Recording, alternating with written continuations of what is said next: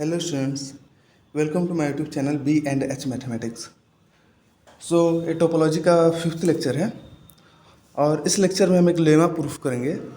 Lemma है कि late x, t be a topological space suppose that script C is a collection of open sets of x such that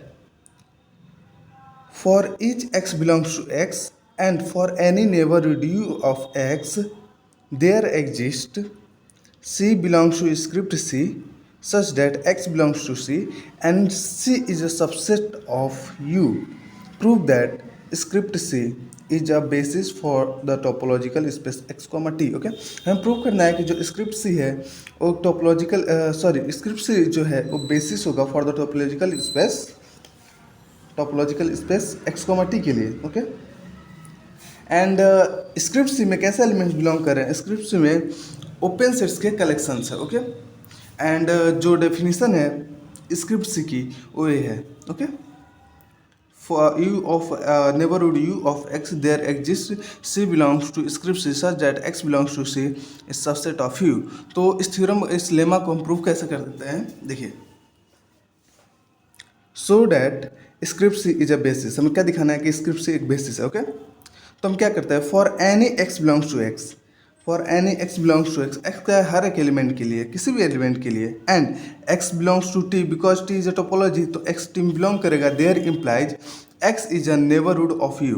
okay, for any x belongs to x, x का हम कोई भी element ले लें and x जो capital x है means जो set है वो टोपोलॉजी में बिलोंग करेगा बिकॉज टी टोपोलॉजी, तो हमें ऐसा मिल जाएगा एक्स जो होगा is a neighbourhood of x.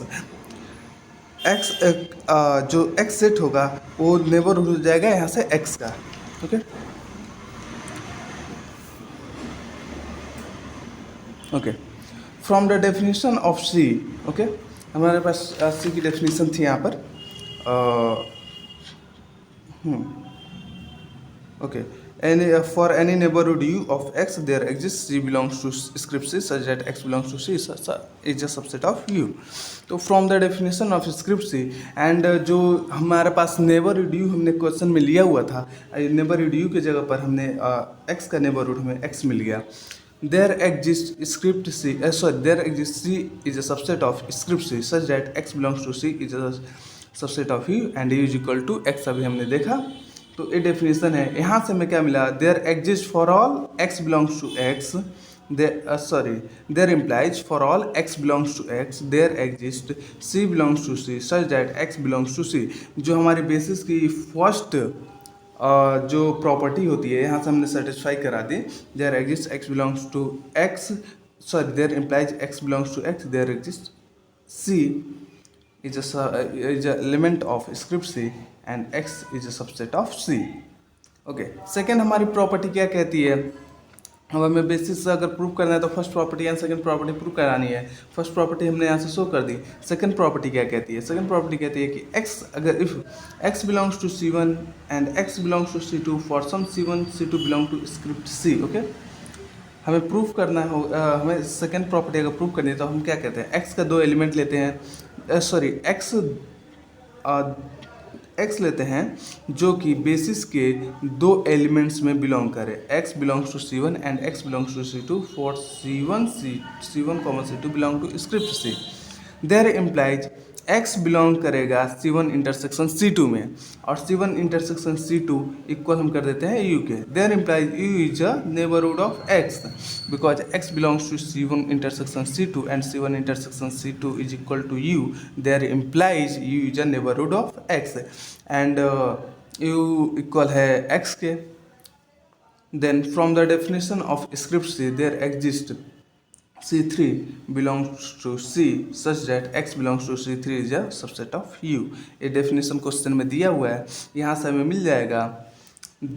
Therefore, if x belongs to C1 and x belongs to C2 for some C1, C2 belongs to script C, then there exists C3 belongs to script C such that x belongs to C3 and C3 is a subset of C1 intersection C2। Okay, हमें यहाँ से मिल गया इसके definition से।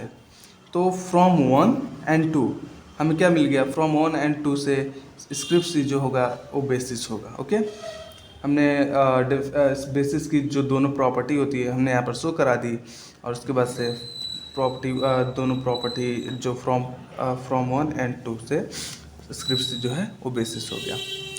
अब next हम देखते हैं, देखो हमें दिया हुआ था, हमारे पास ऑलरेडी एक टोपोलॉजी था। Okay, topological space x comma T था, मीन्स टी क्या होगा, टोपोलॉजी होगा फॉर बेसिस के लिए। ओके,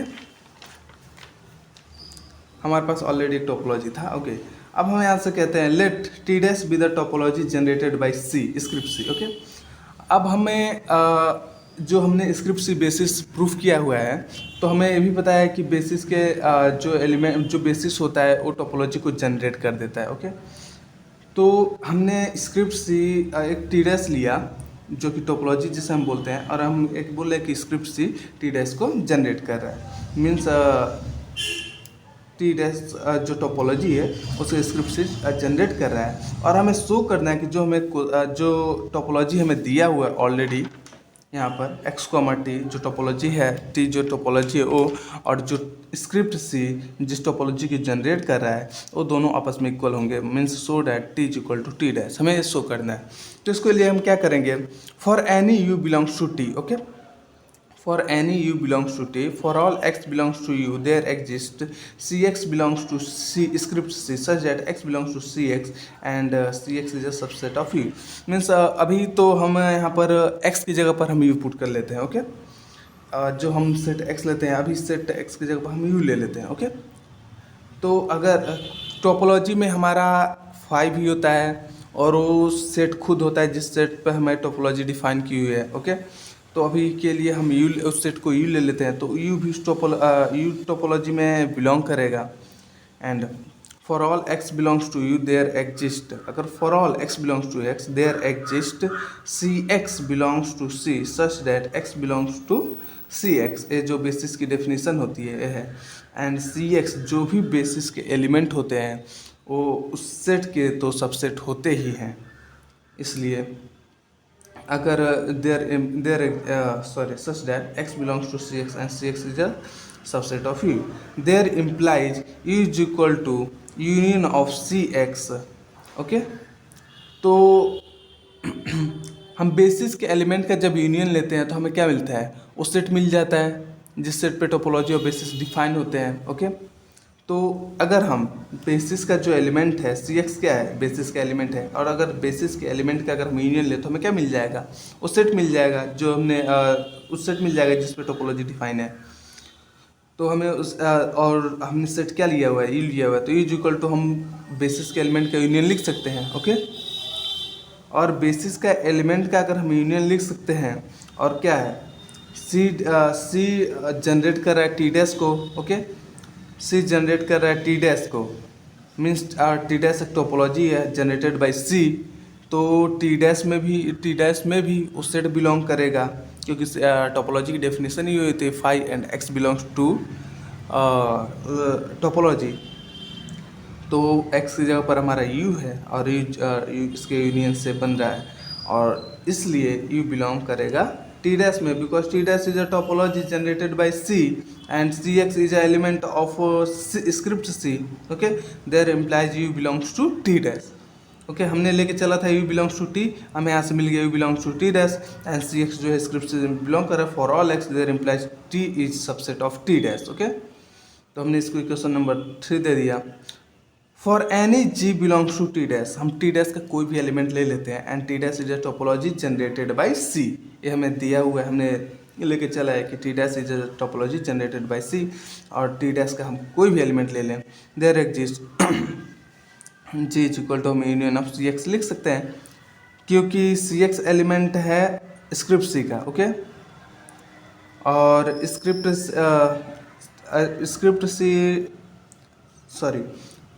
सी एक्स जो एलिमेंट है सी अल्फ़ा, हम यहाँ पर सी अल्फ़ा ले लेते हैं, यहाँ पर मैं अल्फ़ा लेके चल रहा हूँ, तो सी अल्फ़ा जो है जी बिलोंग कर रहा है टी डैश में। ओके, जी अगर टी डैश में बिलोंग कर रहा है, और टी डैश क्या है, टोपोलॉजी है, तो टोपोलॉजी के एलिमेंट्स भी हम बेसिस के एलिमेंट्स के यूनियन से डिफाइन कर सकते हैं। ओके, बेसिस के एलिमेंट के यूनियन से हम टोपोलॉजी के एलिमेंट्स ला सकते हैं। तो यहाँ से और जी हमारा क्या है, टोपोलॉजी का एलिमेंट है, there implies G is equal to union of C alpha, union of C alpha हो जाएगा, और because C alpha belongs to script C, there implies C alpha belongs to T, क्योंकि सी अल्फा स्क्रिप्ट सी में belong कर रहा है और script C T पर डिफाइन है, टी टोपोलॉजी जो हमने क्वेश्चन में लेके चला है उस पर डिफाइन है, तो यहाँ से सी अल्फा टी में भी बिलोंग कर जाएगा, and T is a topology है।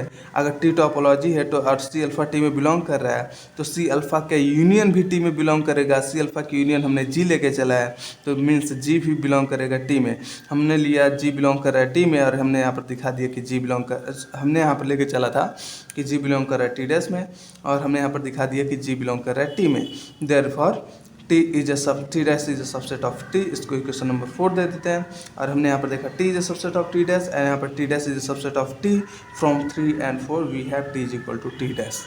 ये हमारा था थ्योरम, लेमा, और ये है लेमा की प्रूफ। मिलते हैं नेक्स्ट लेक्चर में। Thank you.